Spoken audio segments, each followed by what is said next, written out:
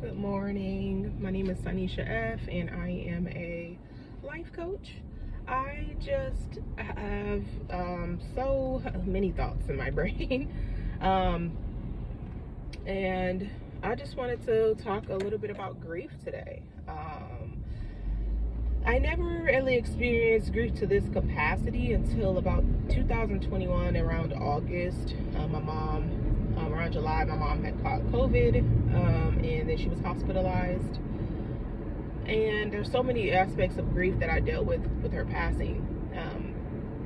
She was in the hospital for probably 3 weeks, and because I was not vaccinated, they would not allow anyone in. Even to just visit her. Like, you can watch her through a window. At least I just would have liked to see her face, and she could have saw my face. That might have given her a little bit more hope and encouragement. And with that, I literally got sick, and I became bedridden, and it was really, really bad. I couldn't breathe. I couldn't talk barely on the phone because it was so hard to breathe. And I was just stuck. So I didn't even, I was trying to even pray in the midst of it, but it just was like it was just major. Like, COVID was definitely a major attack on so many families. And I think I'm probably almost normal. Like, there's even times where I can smell the infection. Like, it'll give me like PTSD a little bit. Like, wow. Because it's very, very traumatic if you had COVID too, where you had all the symptoms, and I literally had all the symptoms, and I know my mom did as well. And she had passed, she passed in the hospital. So, with the grief, I grieve not even be able to be there for 3 weeks. I didn't see her for 3 weeks. I wasn't able to be there to even give her some type of support or encouragement, because usually when my mom is sick, I was her care provider. So since I moved back to Sacramento, I was out here for 11 years. In 2012, I moved back to Sacramento with my mom, and I even grieved seeing her how she used to be. My mom had a really bad back disease, so when I moved back out here, it was just like she was kind of deteriorating. Wasn't able to do a lot for herself. It was just so very much for me to take on, but I knew that she was sick, and I knew I needed to come back. So I came back, and I'm so glad that I did, and I followed God, because he was telling me, you need to go back, you need to go take care of your mom. And luckily, I did. So I got to spend some good time with her, so I don't grieve anything. Like, during that process, me and her have walked through some healing, with each other. I was able to address some things as a child that I didn't agree with, and it wasn't like a slandering party or me and her going back and forth. We actually genuinely had some conversations, and my mom would cry sometimes, and I didn't cry a lot in front of people, but I would cry to myself. But I would be in prayer, and just letting God heal my heart.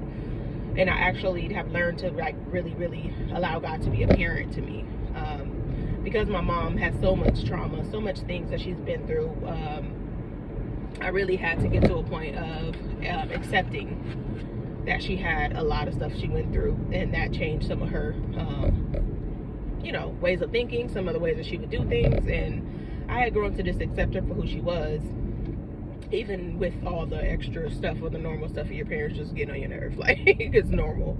And I was very, very tired sometimes, because I would be the main provider to care for her, and it's just man, I got my child. And I even grieved that, grieving the fact of just being able to have a healthy parent, that I didn't have to take care of, but when I look back on it, I didn't look at it as grief.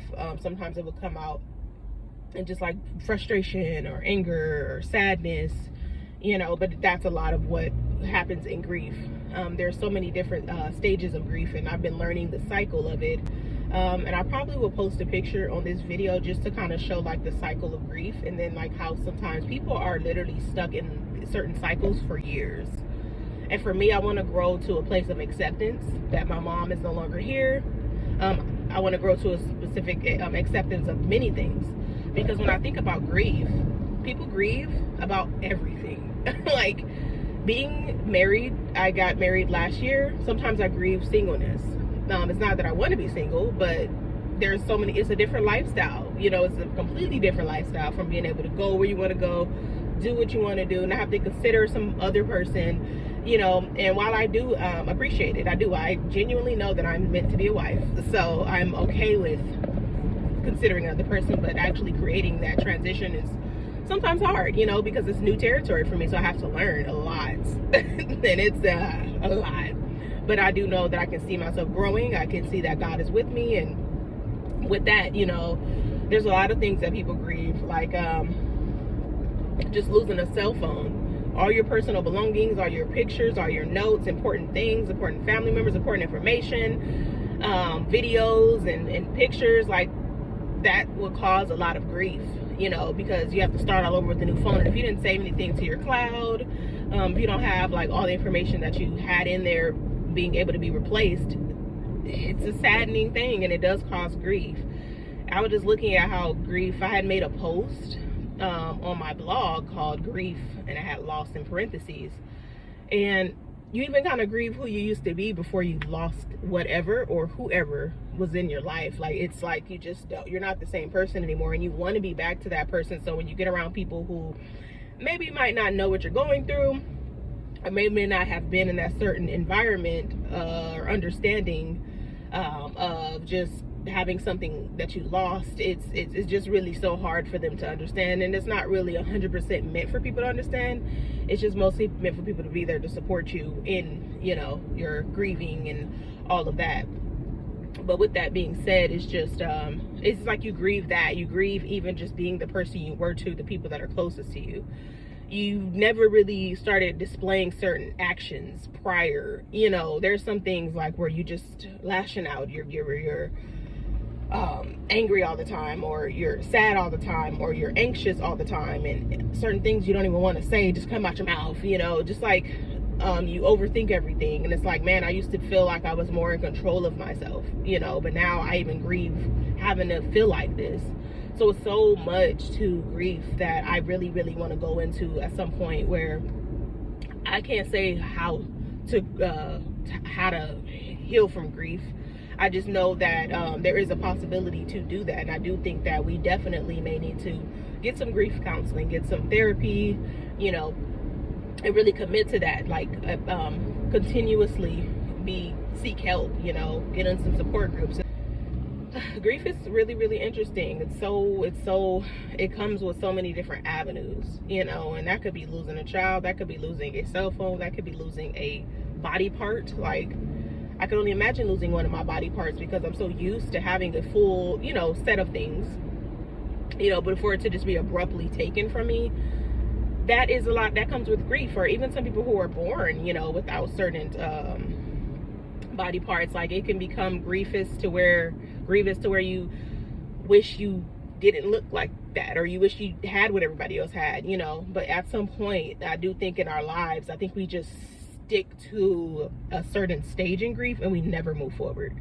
And then we have that as our excuse, the whatever we lost, whoever we lost, and we get stuck there. We just stuck in this stage of, I believe it was like anger for one of the stages, denial, bargaining, and then I think the last one is acceptance. And with acceptance, you can move forward.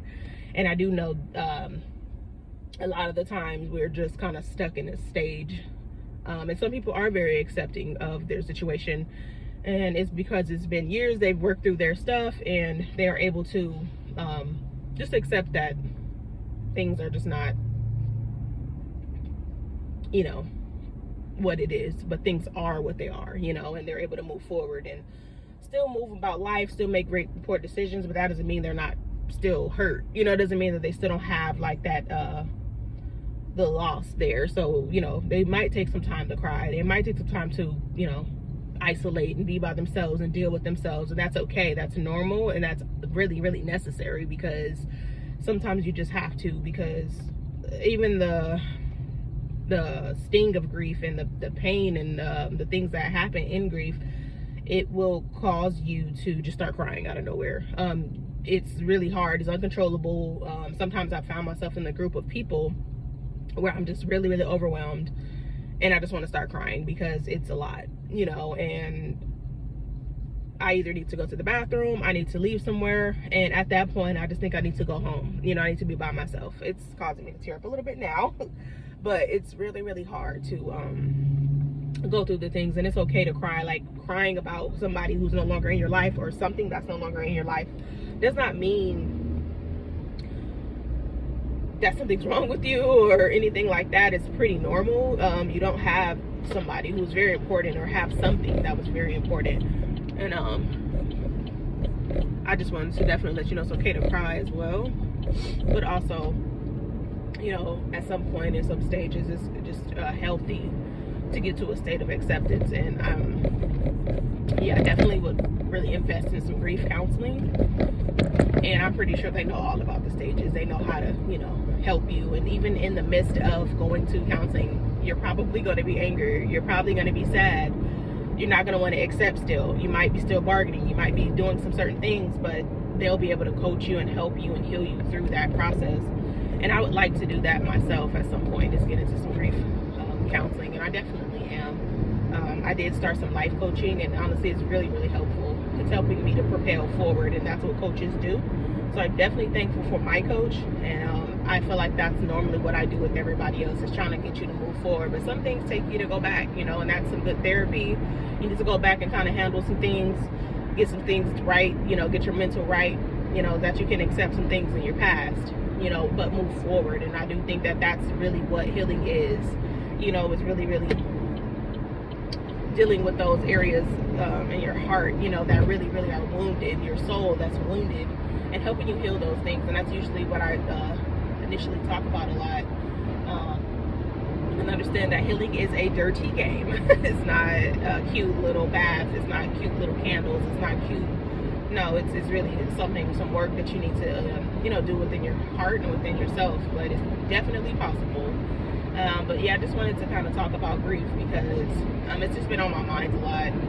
I've been talking a lot about my grief to a lot of people that I coach, and it's just starting to really, really, really, you know, just hit me, you know, that there's people really, really stuck in these stages, and it's like a prison for them, you know, like those different stages that people go through. It's really, really a prison. They're stuck there. You're stuck in bargaining, you know, you're stuck in anger, you know. And I definitely would love to do some more teachings on these different stages, but I definitely want to just encourage people to get into some grief counseling, get into some support groups, and definitely be okay with the feelings that come with it. You know, if you're around a group of people, you know, and if there's people who just can't accept that or about you or move, you know, really can't, you know, support you through it, then it's just probably not the people that you need to be in your life anymore. You know, it does cause you to disconnect from people as well. Like, it does.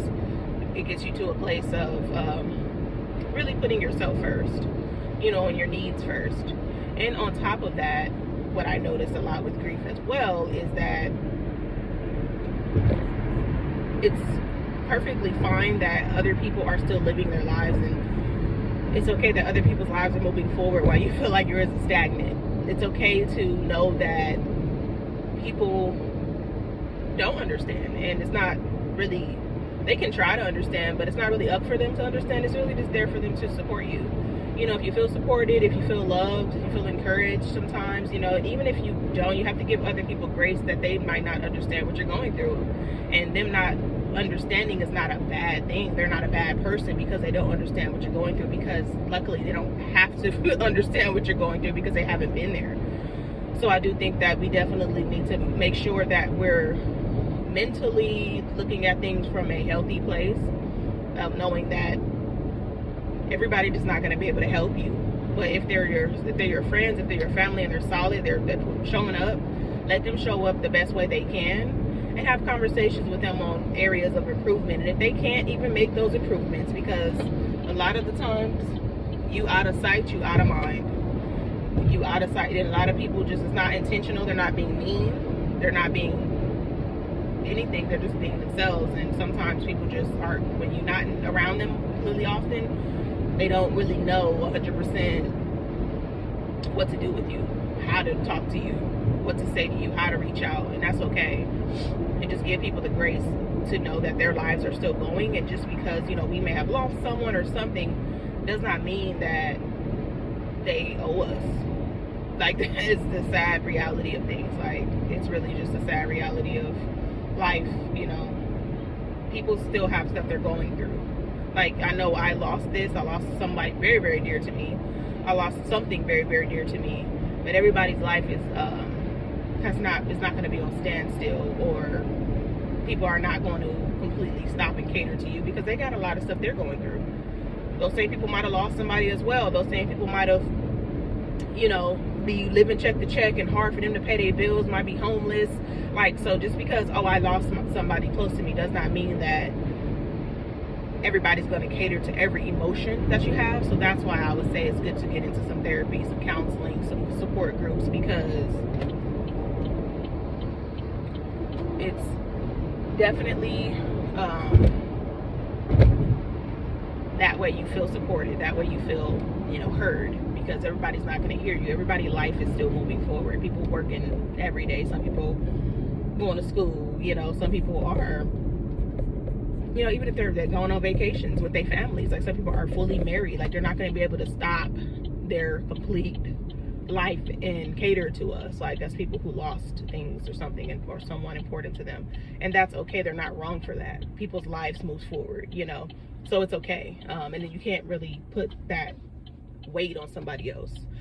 We all are going through a lot. Even if you haven't dealt with someone who's close to you passing even recently, doesn't mean that you don't have, like, my trauma is not going to one up somebody else. Like, oh, I lost my mom, so now I have to, I have more trauma than you, so what you're going through doesn't matter. Like, that's not true at all. People are still going through a lot. People deal with a lot of self-esteem. People still deal with a lot of distrust. People are still dealing with a lot of childhood trauma. People are still dealing with making ends meet. Like, so I have to still consider other people, but also still acknowledge myself, you know, and know that this is a holistic way of thinking, that everything is not wrapped around me, even though I feel like literally my life is like everything is wrapped around me. Like, it's so crazy. But that's just what I wanted to come on and encourage you to do, is get into some support groups, get into some areas where people can understand you.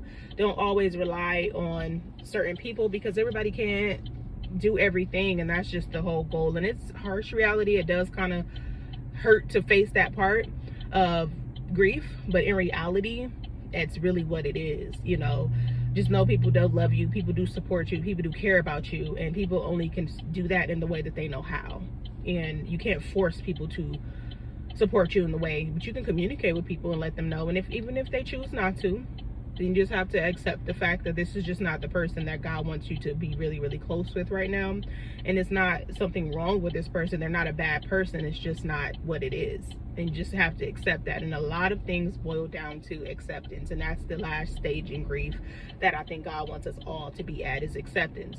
Knowing that he's still in control. He might have taken some people away, and I ain't even gonna say taken, because it's his people. It's his people to begin with. But he might have, you know, pulled them on off the earth, you know, and it sucks. It really does. Like, but I definitely know what it feels like, and you know, it's definitely at some point we all got to get to a stage of acceptance. And acceptance is not forgetting anybody. Acceptance is not letting that person you love go and remember them again. That's not possible. You know, God connected you to this person intentionally. He wants you to remember them. He wants you to remember the great times. He wants you to remember the sad times. He wants you to be comforted in this time. You know, so he loves you. Like, he loves you, and he loves your people. If he loved your people, he died for us all. So he died for the same person who just passed, you know. So just don't forget that, you know, with that, everything is still going to move forward, and God wants you to move forward. And he also still wants you to look back and just remember. Don't think it's bad that you're feeling a certain way. Don't feel bad. It's a lot you have to go through in order to get to that acceptance, and it's okay. Making mistakes is okay. Making mistakes with people, life is just a trial and error type thing. And as long as we really, really intentionally in our hearts, really, really genuinely try to love, try to forgive, try to move forward, try to, you know, be the best people that we can be with God, everything will work itself out for the good of those who love God and are called according to his purpose. So if you're not walking in your purpose right now because of grief, you know, if you're not completely submitted to God because of grief. You might be in those anger stages and bargaining with God. You might be really mad at him, or you might be frustrated. You might even be, you know, just at this weird space with God and with people. Just know that that's completely normal. But the goal is at some point to get to a place of accepting people where they are and accepting you for where you are, and just, you know, understanding that it's going to be all right. It will be. And it definitely don't feel like it, but it will be. But thank you so much for watching this video. I do pray that it has been a blessing. I do know that, I hope, you know, people aren't completely offended. I do know we have our treasures and people that are close to us, or things that are we really, really loved or wanted or had, are very, very dear to us, is our prized possessions, you know. And I know it could be offensive sometimes, you know, but at the end of the day, just being observant, really digging deep, and just knowing some of the areas where I failed 100%. And I'm still working on myself. I'm still growing. I'm still trying, you know, and it just comes with a lot. And I definitely would love to just talk with you. Maybe we can start our own support group at some point. But yeah, I just wanted to definitely just share some of those aspects of grief that I've just noticed within a lot of people, within myself, you know. And I feel like we all have to just really be humble. I've been talking about being humble a lot, but that's what it takes. It takes to be humble, to really acknowledge other people in the midst of all of the things that we just can't seem to control. The only thing we can control is ourselves. But yeah, I definitely pray for healing. I pray for acceptance, and I pray for love into your life and into your heart from anything that you've lost. I pray that it is given back tenfold. And I just pray that you grow. But thank you so much for watching this video. You can find me at all types of social media. I would definitely put that information on this video and also in the description box of this video, where you can find me on different platforms on social media. Definitely inbox me, and we can definitely talk if you're dealing with any type of grief, and we can figure out like some resources, some things that you really can do to help, and figure out some stuff. I can do some budgeting, some helping you, you know, coach and deal with time management, budgeting, so that way you can include those sessions inside of your, you know, life. You know, the moment we start really investing into a betterment of ourselves, the more we get back on our return. So I just, you know, I just see so many people are like passing, and it's kind of like, wow, like, am I just getting older, or is just, you know, a lot of people just passing right now, and I don't know 100% what or why everything is what it is. But all I can know is what we have. All we can do is focus on what we have, who we have, and what we do with those things that we have right now. But I definitely praying for all of those who have lost anybody or anything that's very dear to them. And I just pray for complete total restoration in your life. But thank you for watching this video. I know it's very, very, it's a lot. It's a lot. And I can't say that I've had the best grieving journey, because I haven't. And I'll share more about that story in other videos. But thank you so much. And I just keep saying thank you, because it's just so, it's hard. Like, it's beyond hard. It's indescribable, the pain that you feel from losing someone or something like that's really, really dear to you. So I could definitely resonate with your pain, and I do apologize for everything that you're going through. And I just pray for a complete restoration of your heart, and I hope you just get back to a better place. And I am crying for you. I'm crying for me. So yeah.